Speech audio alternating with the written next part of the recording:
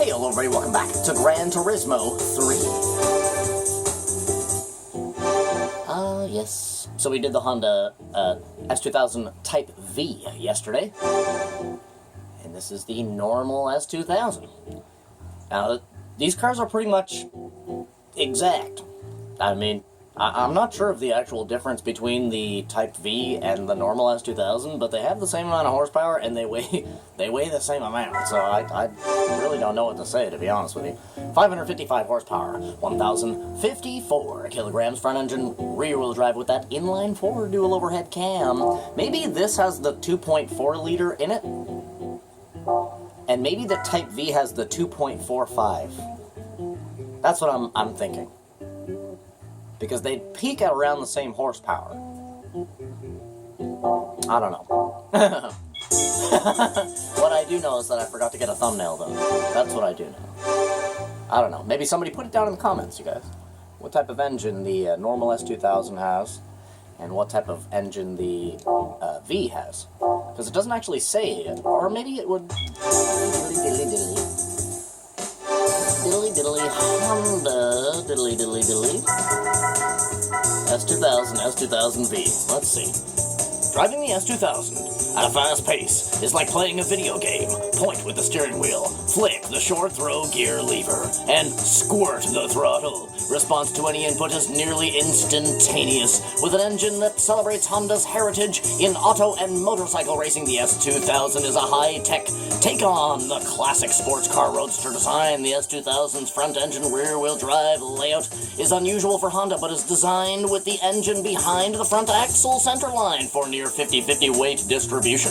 All important masses are near the car's center of gravity for the precise, nimble handling more often associated with mid-engine cars. The modified backbone high X-bone frame is as rigid as that of most closed cars and provides a solid mount for double wishbone suspension similar to that of the NSX. Nestled in the front fork of that frame is the S2000's most notable feature, the 2-liter dual overhead cam 16-valve 4-cylinder engine that uses the latest version of Honda's VTEC variable valve timing system to make 240 horsepower at 8,300 RPM with a red line of nearly 9,000 RPM. That's 120 horsepower per liter, the highest specific output power per unit of size of any street-legal non-turbocharged engine, and a higher specific output than that of most turbos. The torque peak of 153 pounds-feet of torque is a lofty 7,500 RPM, but there is enough low and mid-range torque to make it eminently drivable in any condition before the VTEC magic. At 6,000 RPM, the S2000 sounds like a normal 2-liter sports car. From 6,000 to 9,000, it sounds and feels like your own personal Formula One car. Deft use of the close ratio 6-speed gearbox is necessary to keep it in its peak. But in capable hands, the S2000 is a surgical laser for the precision carving of apexes. Good God!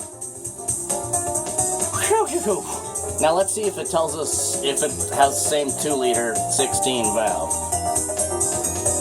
Notable is that it is equipped with the world's first variable gear ratio steering system, VGS. Varies depending on the speed and the angle of the turn, so improves the overall steering response at low and intermediate speeds. So improves the response at large turning angles. We're learning something. Low speeds, very tight turns. Steering response is extremely fast. Huh, okay, so interesting. So the V actually has a part in it. I'm not sure if that would be like a computer upgrade, like an upgrade to the CPU or something like that. I don't really know. But it actually has some type of technology in it that allows the car to increase its turning radius or its line of the front tires in terms of how fast and how much RPM the car is receiving. At least that's what I understood from that. But here we are at the top speed challenge. God, that was hard to read that. That shit goes by fast, man. Well, it's easy to read it in your head, but when you're trying to say it out loud, it's like, good God. I feel like I'm a fucking newscaster on a live broadcast of the end of the world or something. Oh, the Mines Lance Revolution 6. And then those two legacies, man, banging it out. These two are actually tied, so... we need 182. 1. Oh.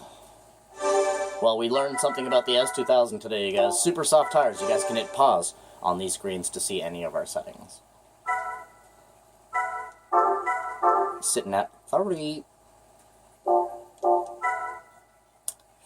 0 and 1. Let's get this. Top speed challenge.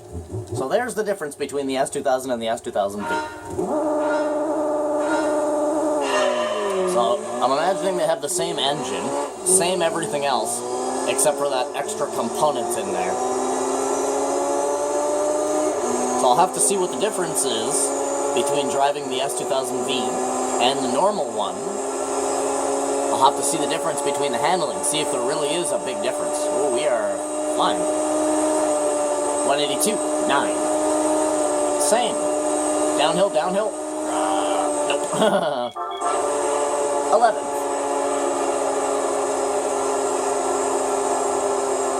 Simply knocking out the guy in last. Simple things.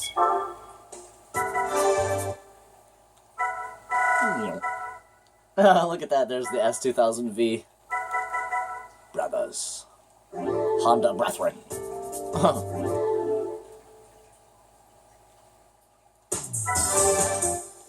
Alright, quarter mile. I think it's going to do pretty good at the quarter mile, not too bad. Or did the other one? The other one didn't even place, did it? Yeah, the other one didn't even place, so I don't know. We might get no board here. Interesting. Alright, let's get them. Yeah, so the Impreza WRX STI and the damn station wagon are in first and second, followed by the two NSX, Honda NSX brothers. Whole bunch of mid-engine rear-wheel drive and four-wheel drive. That's like all it is out here. Let's try to get this S2000. Are you ready? So, me, itch, starto!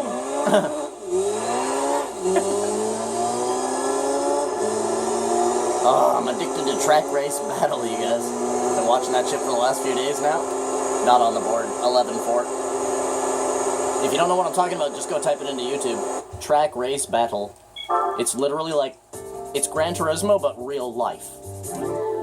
Shit you not. It is literally Gran Turismo, but in real life. They take a handful of cars that are similar to each other, throw them all out on actual real racetracks, Twin Ring, Motegi, Tsukuba, and stuff like that. Like, it's a really cool show. And there's very legendary drivers there that drive the cars. Like, they're not just random-ass people that they found in the parking lot. It's like actual professional drivers. And they wear race suits and helmets and everything. It's literally like Gran Turismo. And the cars are not upgraded. Like, they're literally right from the factory. So it is quite literally Gran Turismo, but in real life. It's called Track Race Battle. It is a Japanese show, so there's obviously no English. You could put on the subtitles, I guess. You could do the auto-translate subtitles. But that's about it, really. It's a really entertaining show. If you guys like Gran Turismo, you'd fucking love Track Race Battle, man. I fell in love with that shit when I was young, and I still watch it. It doesn't go on anymore today. They don't really do it anymore today. But, yeah, there's like 140 episodes of that show. They did like 6 or 7 seasons or something like that. Let's get all warmed up. But it is literally like Gran Turismo in real life. Real cars, real people, on real racetracks, taking the dealership vehicles out for a spin and seeing which one truly is the fastest. Just like Gran Turismo, man. It's amazing. And they show you all the stats of the cars and everything before the race and stuff. Awesome. I have to keep making mention Track Race Battle to you guys, because it wasn't an American show. You had to have satellite. Back in the day, you had to have a satellite and then mess around a little bit with it to actually get that show. Well, you know, I can tell immediately the handling is not the same as the S2000V. The handling of the S2000V was far greater. I feel like I'm very slippery in the normal S2000. I feel like we're sliding around. Whoa. I feel like we're sliding around quite a bit. Turn.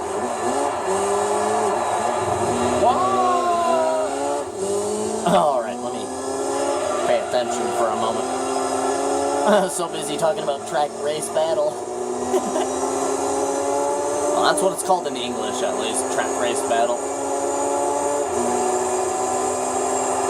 But it is actually an English titled show. Like, even in Japan, it's actually called Track Race Battle.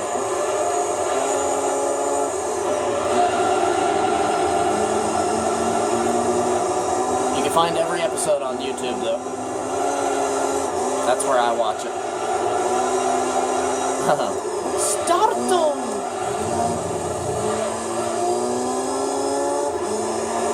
Ichiniso, starto! I fucking love that show. It's so good.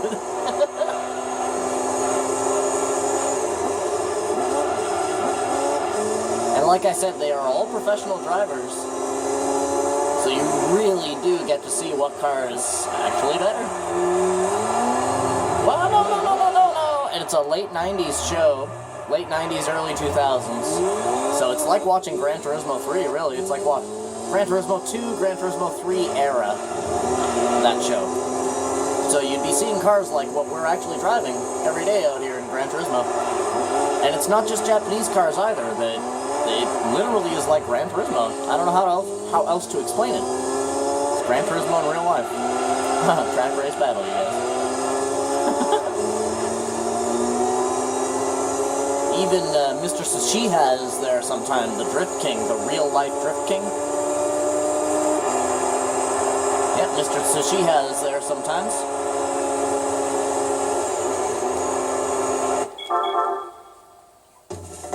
Driving some of the cars. So it's really cool to actually watch him in the driver's seat of some of these cars.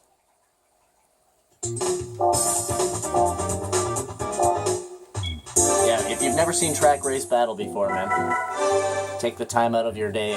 Once you watch one episode, you'll sit there watching it for fucking hours, dude, because it's just so entertaining. There's a couple of channels on YouTube that have every episode, so you can just watch it in, you know, sequence, basically, episode 1, 2, 3, 4, 5, right? What am I doing? Just noticed that we were in Laguna Seca for some reason. The midfield.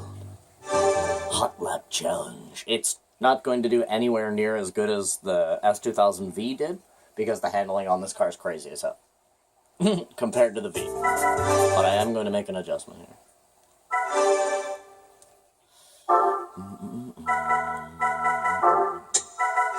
I want that extra camber on there. That's all I need. Kings of midfield, 3 Hondas on the podium, high-fiving each other nonstop. The Honda NSXs and the S2000. We need, though, a solid 111 to get in, set by the Toyota SW20. 111. Will the normal S2000 get a 111? I don't think it's going to be honest. It doesn't have the same handling as the S2000V. The handling on the V is amazing, whereas the handling on this car is a little hit or miss. Maybe that slight adjustment that I made will make it a little bit better. Adjusting the differential should help for this corner right here. Yep, so that we don't do a big stupid ass burnout and lose control. Wow. And it's very loose compared to the V. Driving sideways more than you are, like, in a line, right?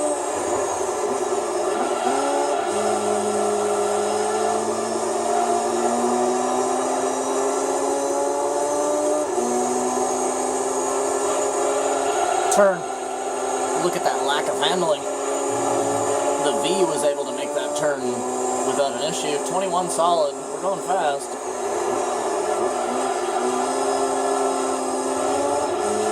Oh yeah, I can feel the lack of handling from the Type V to this. Turn. Yeah, the V was able to just eat that corner, finishing out in 4th. 42. Oh, we're going medium speed right now. Turn. Easy. 1, Stop it, stop it. Oh, whoa. Oh, that's not good.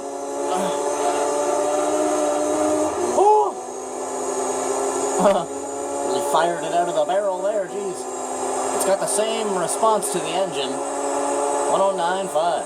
Pretty fast.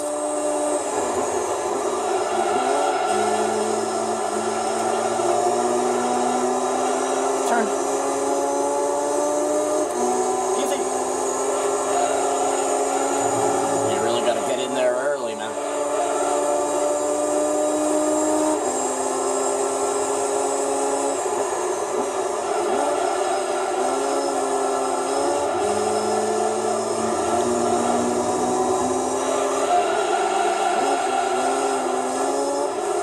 Come on, come on, come on, come on, come on, come on, come on, come on, go, go, go, go, go, go, go, go.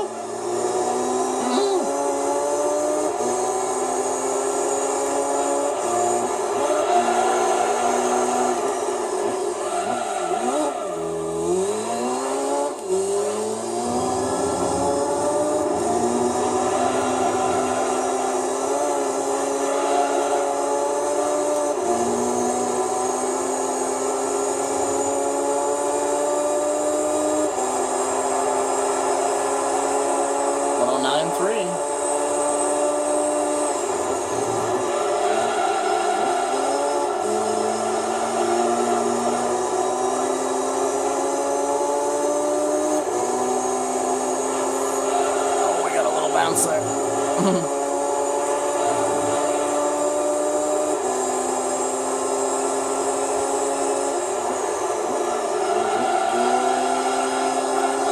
Shit. Oh, fuck. Had too much of an angle there, and I locked up my brakes.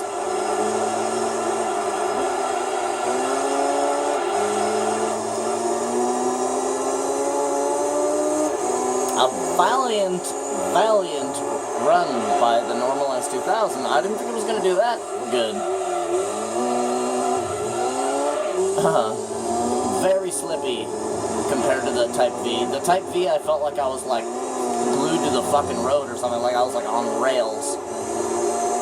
But it was like only if I wanted to have the extreme, then it's there in the S2000V.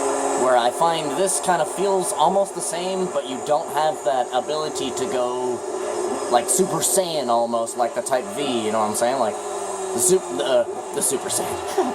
The Type V feels a lot more like, you know what I'm saying? Like you feel like you're upgraded or something like that. Nonetheless, though, a good run by the normal S2000, man. 109,319. That is still on the board, and that's like mid-board too. 5th, awesome. Above the top half, you know what I'm saying? In the top half, I am happy with that. Brother, there are 4 Hondas in the top 5 right now.